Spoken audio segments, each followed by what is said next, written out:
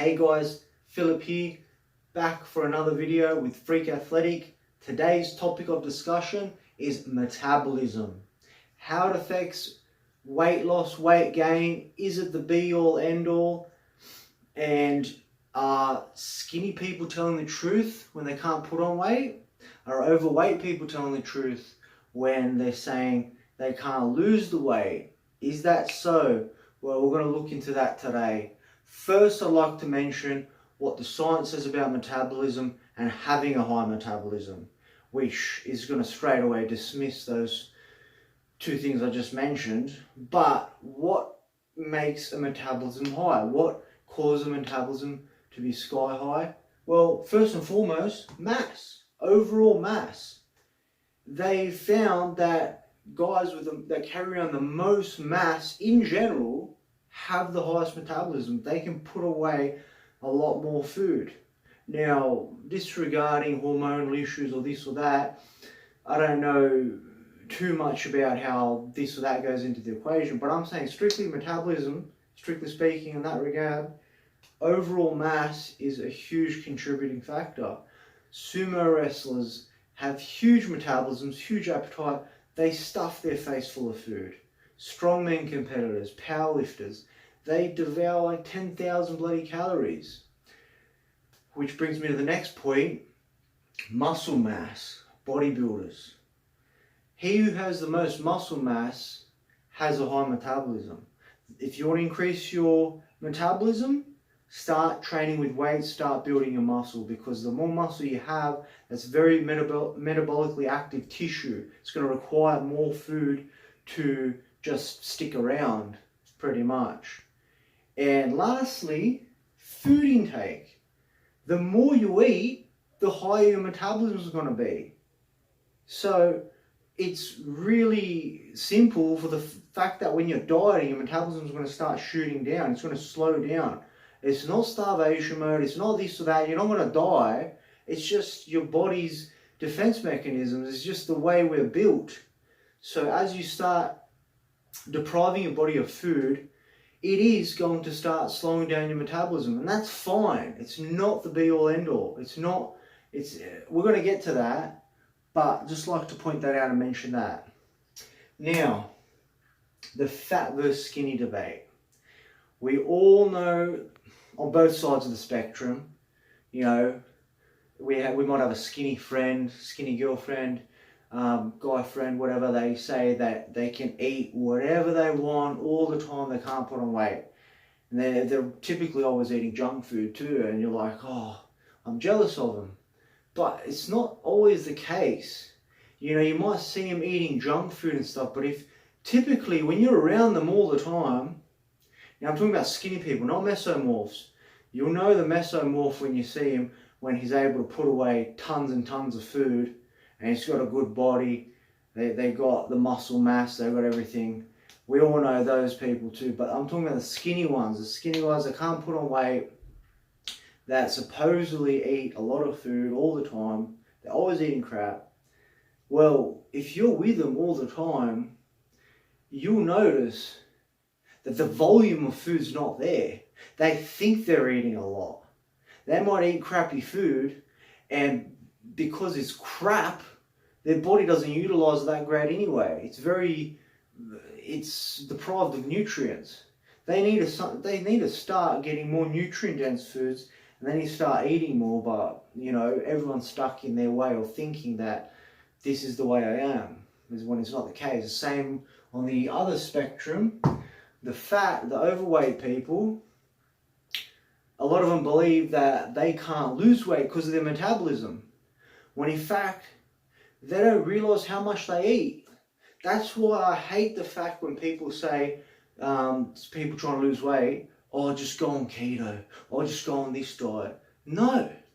If you put an overweight person with a bad relationship with food, that doesn't know how to track or plan their eating, it's a foreign language to them, and you're going to put them on keto and say, oh, you can eat proteins and fats, cut out carbs, and you'll be sweet, you'll be losing weight. It's not going to work.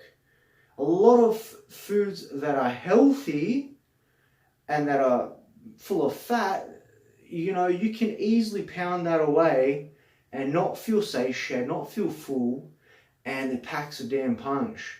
For instance, almonds, peanut butter, those foods are so calorie dense per weight that you eat it. You know, you can pound away so much peanut butter and think, oh, I'm on keto, it's all good. Well, you've just consumed 500 calories that you don't even realize. So think about it that way. That being on keto, yeah, you're going to be burning the fat, but you're also storing it. It's a constant process. It's not you're a fat burning machine. No, you're constantly storing fat. You're constantly burning fat. So when you're going to get yourself in a calorie surplus because of your bad relationship with food. You're going to keep eating. Let's say you're avoiding carbs. Okay, personally, I believe a lot of carbs to be satiating. You know, low calorie dense carbs from veggies, rice, potatoes, all that stuff. You can have a large quantities of that. It can be quite satiating because of the volume. Now swap that for a fat source. You know, nuts or like really fatty meats or this or that, which is great. It's healthy in that, but think of the volume that you're eating. Get someone that has a bad relationship with food. They're going to pound that away so quick. They're not going to get satiated by it because firstly, the volume's not there. They already have that bad relationship with food. So they might be sitting on the couch pounding away nuts. Next thing you know, they've smashed a bag of nuts. It's okay, it's fat. It's going to make me burn the fat. You've just eaten 1,000 calories worth of nuts without even thinking twice, without blinking an eye. 1,000 calories. That probably put you in a surplus. You could have been in a deficit the whole day, then you've eaten a bag of nuts, eaten 1,000 calories, boom. What's going to happen? You think those calories are just going to miraculously disappear? No. They're going to be stored as fat. You've eaten all that extra calories of fat, where do you think it's going to go? So that's why it's not as simple as putting someone on a diet and saying this or that diet. Anyway, different topic. Let's get back on track. Overweight people generally underreport what they eat. Underweight people overreport what they eat, or they overjudge. They might, for instance, a lot of underweight people will, let's say they'll order a large meal. They have a huge meal. They're like, yeah, I'm smashing this meal. I always eat like this, or whatever.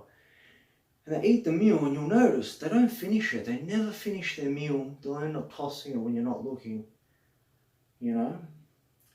Now the overweight guy or gal, they're a lot of the times they're underreporting what they eat. They don't realize their brain's playing tricks on them. And you'll notice this too when you're deep in a diet. You'll start to sneak away some foods here or there. You won't even realize you're doing it. Like, for instance, you might have peanut butter. I'll track my peanut butter to add into things for my meals. And you weigh a certain amount. Oh, that's all good and sweet. And then you're going to put the peanut butter away. And then you're like, oh, little bit. It adds up. It adds up. And overweight people generally do that a lot more than the typical person. And it shows. Look, your body did not get to where it is by accident. It's years and years on years building up to where you are now. Genetics play a role, yes. You know, you didn't have a choice of your parents. They could have passed on great genetics, shitty genetics, but that's not an excuse. You got to where you are now as an adult based on the choices you made, and you can change that. You just have to make a conscious decision. From this day forward, I'm going to do this instead. So, you know, shit doesn't happen overnight. You got to realize you are where you are as a result of what you've been doing. Learn that, know that, move forward. Now, beyond that, let's look at some things that can boost metabolism, that has a huge impact on metabolism. And that's where we go into NEAT. Non-exercise activity thermogenesis, which is basically fidgeting around, moving around a lot, the activity you do throughout the day that is not exercise. Okay, sorry guys, my phone cut out as I was recording. I seem to forget that it tends to do that sometimes. So back to where we were, and I'll try and keep this a little bit quicker. NEAT, non-exercise activity thermogenesis. Basically, when you're moving around throughout the day, you're fidgeting, you're walking fast, all the activity you do throughout the day that isn't exercise. It impacts your metabolism, and it has a direct correlation with your metabolism. So, as your calories are higher, your NEAT is increased, your activity is increased, and that keeps your metabolism higher. You'll notice as you're dieting and you feel depleted, you feel sometimes, lethargic in that you don't want to move around as much. Your NEAT level goes way down. You're not fidgeting anymore. You're conserving as much energy as you can. That's your body doing that to you subconsciously. You don't have. I guess the trick is to know what's happening. Try and switch that on and be like, okay, I am going to move around fast paced still. I am going to force myself to keep the activity up, to move around, to do shit. And that's going to, I guess, help you burn more calories, more fat throughout the day. Now, next one, not tracking or planning your eating. That goes back to the skinny and fat debate. A lot of people aren't tracking what they're eating properly, and they don't know where they're at. So someone's dieting, they might be struggling to lose weight, because they're just winging it. They think they're in a deficit when they're not, or they're potentially in such a great deficit that they just bounce back and yo-yo. That constant yo-yo dieting, back up and down, up and down. And there's a host of problems with that. We won't even start, but you really need to take a simple approach. It doesn't need to be complicated, but sit down and be like, what's my goals? What are the specifics of it? What's the time frame? Let's plan it out. Let's plan tomorrow's day out. Now, a good app for that, if I haven't mentioned it already, MyFitnessPal. You track if you learn about if it fits your macros and tracking your macros, I suggest you do look into that. Track your day out with your meals. Plan the next day and just keep it simple. It'll be so much easier, and you'll get results. You'll see where you're at, you'll see how it's trending, and it'll be much easier to follow than just trying to wing it on chicken and broccoli or salads and stuff and then just falling off the wagon completely. So there's that. Now, next one, training your metabolism. Now, you can actually train your metabolism. The metabolism isn't the be all end all. It doesn't matter. Your metabolism does slow down when you're dieting, and that's okay. It's not metabolic damage or anything. It lowers for a reason. You're putting a stress on your body. It wants to conserve itself, it wants to save that fat. So it's a metabolic adaptation. It adapts to the stress you provide it, and it wants to, I guess, hold on to that. Now, the opposite is true too. You can use food intake to start revving the metabolism back up, but it's important you know how. Most people, when they're on a diet and they decide to finish or whatever, a lot of people stuff up because they might do this long diet and just be like, okay, that's the end date of my diet, I reach my goal, or they haven't or whatever. They stop their diet and go back to eating like a pig, back to what they were eating before that, and then they gain all the weight back plus extra. Now, what you want to do, whatever diet period you have, let's say you're on a strict diet for 8 to 12 weeks, whatever, you want to plan to do something called a reverse diet, or even a diet break. A diet break is beneficial when you have a super long diet. It's getting really hard, your energy levels are going really low, so you have a diet break in there somewhere for 1 to 2 weeks where you eat at maintenance level and then you go back into a deficit. And that period of being at a maintenance level will raise the metabolism a bit. Now, the second thing I mentioned, the reverse dieting, the way that works is, let's say you finish your diet, instead of stopping and going to what you think your maintenance is straight away, you start increasing your calories incrementally by, let's say 10% is a good goal to go by. You increase your calories by, let's say 10% every week to 2, and see how your body responds. maybe, stay there for a week or two. You're not gaining weight, you're getting leaner. Heck, it happened to me. Awesome, your metabolism's starting to go up. Your NEAT is going back up. You're fidgeting, you're moving around more, you've got more energy. Again, next week or 2 weeks, you increase it by another 10%. See where you're at now. Is the weight changing? No, whatever. Until you get comfortable to a point where you're either maintaining your weight, where you're happy, or if you're on a lean bulk and trying to put on muscle again, you find that point where you're putting weight on slowly and not too much, where you can maintain, I guess, not gaining too much body fat and being a small surplus where you are putting that muscle. Because remember, unless you're pounding away at the gear, you're not going to put on muscle that fast. It doesn't happen. There's no point pounding away the food either and getting fat. There's no point. You're not going to gain that much muscle. Better off doing it slowly, taking a methodical approach, and just, what's the rush? Anyways, do you need a fast metabolism to lose weight? No. Like I mentioned, metabolic adaptation, your metabolism adapts to the environment you give it. So it's not the be-all end-all. It responds to your diet, to the stresses that your body goes under. And, I've taught you how to train your metabolism back up. And, I guess the long-term way to train your metabolism is muscle mass. Go to gym, do strength training, get more muscle, and you'll be able to eat more. Lastly, you need to ask yourself the question, what is your end goal?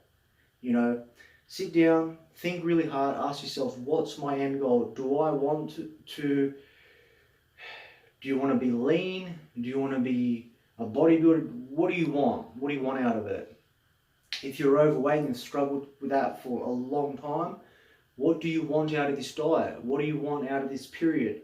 What's going to happen after that? See, that 12-week diet, and then you finish, you get to your goal. That's not the end goal. That's, your milestone. That's a goal. That's your milestone. Now what? You can't just stop it and go cold turkey. Figure out why you're doing this diet in the first place. Is it that important? If you're happy with your life, your lifestyle, and you're happy eating whatever, and your body just maintaining, you're cool with that, no reason to go on a diet. Just do what you're doing. As long as you're healthy, getting all the nutrition you need, just stick with that. If there's purpose behind it, you need to get healthier, or you need to drop weight, you need to drop weight rapidly maybe for health reasons, or you need to put on weight, whatever, ask yourself, what's the end goal? What's the goal years from now? Where do I want to be? And plan towards that. So when you do finish that long diet that seems to last forever and, you feel like killing yourself, okay, what's next? Maybe I want to do a reverse diet. Maybe I want to stick to this weight for a while. Maybe 80 kilos is my goal, and I'll be happy if I hit that and stay there. Okay, learn how your body responds to that weight and what's going to keep it there, and go from there.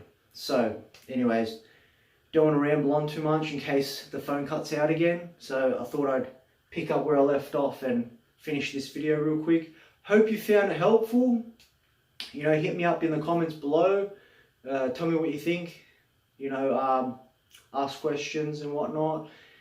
If you like the tank, we got them at freakathletic.com. The link will be down below as well.